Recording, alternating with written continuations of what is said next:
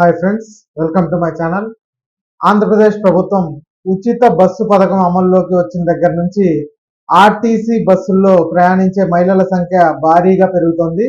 అయితే ఉచిత ప్రయాణం అమల్లోకి రావడం వల్ల ఆర్టీసీ బస్సుల్లో రద్దీ ఎక్కువగా ఉండడంతో కొన్ని ప్రాంతాల్లోని మహిళలు అలాగే పురుషులు బస్సుల్లో ప్లేస్ దొరక్క ఇబ్బంది పడుతున్నారు.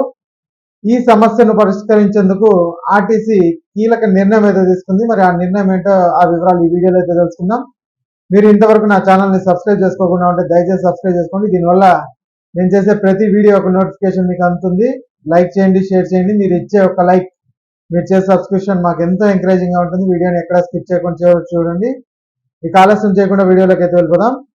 ఏపీలో కూటమి ప్రభుత్వం మహిళలకు ఆర్టీసీ బస్సుల్లో ఉచిత ప్రయాణం కల్పించేందుకు స్త్రీ శక్తి పథకం ప్రారంభించిన సంగతి తెలిసిందే.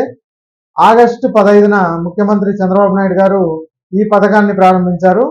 ఉచిత బస్సు పథకం అమల్లోకి వచ్చిన దగ్గర నుంచి ఆర్టీసీ బస్సుల్లో ప్రయాణించే మహిళల సంఖ్య భారీగా పెరుగుతోంది అని ఆర్టీసీ ఎండి ద్వారకా తిరుమలరావు తెలిపారు. స్త్రీ శక్తి పథకం ప్రారంభమైన తొలి వారంలోనే 1 కోటి మంది మహిళలు ఉచిత బస్సుల్లో ప్రయాణించారు. దీనివల్ల మహిళలకు వారానికి 41.22 కోట్ల రూపాయల మేర లబ్ధి చేకూరిందని తెలిపారు. Palle Velugu express, metro express, ultra Palle Velugu, ఇక సిటీ ఆర్డినరీ బస్సుల్లో ఈ ఉచిత ప్రయాణ సౌకర్యం అయితే అమల్లో ఉందండి. అయితే ఉచిత ప్రయాణం అమల్లోకి రావడం వల్ల ఆర్టీసీ బస్సుల్లో రద్దీ ఎక్కువగా ఉండడంతో కొన్ని ప్రాంతాల్లో మహిళలు అలాగే పురుషులు బస్సుల్లో ప్లేస్ దొరక్క చాలా ఇబ్బంది పడుతున్నారు. అయితే ఈ సమస్యను పరిష్కరించేందుకు ఆర్టీసీ ఒక కీలక నిర్ణయం తీసుకుంది.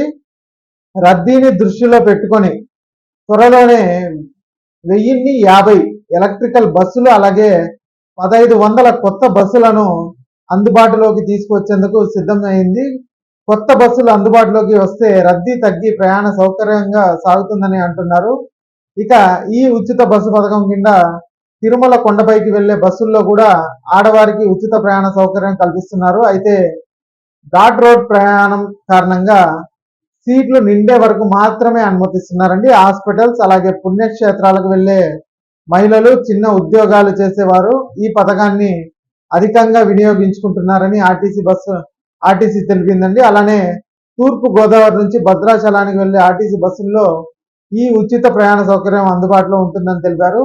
ఇక ఈ వీడియో నచ్చినట్లయితే ఒక లైక్ చేయండి, అలాగే మా ఛానల్ సబ్స్క్రైబ్ చేసుకోండి. Thanks for watching.